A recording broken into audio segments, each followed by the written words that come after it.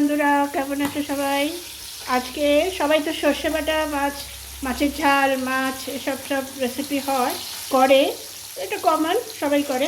আমি একটুখানি এটাতে ভেরিয়েশন দিয়েছি, একটু চেঞ্জ করে দিয়েছি।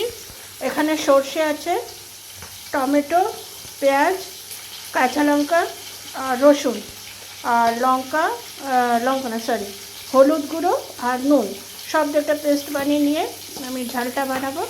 আর মশলাটা রেখে দেবো অন্য একটা রেসিপির জন্য।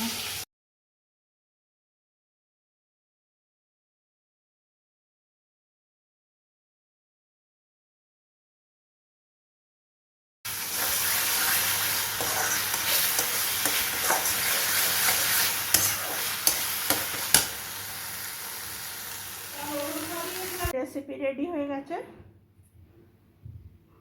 রুই মাছ, এটা রুই মাছের ঝাল, বা ঝালের ইনগ্রেডিয়েন্টসগুলো একটুখানি ডিফারেন্ট।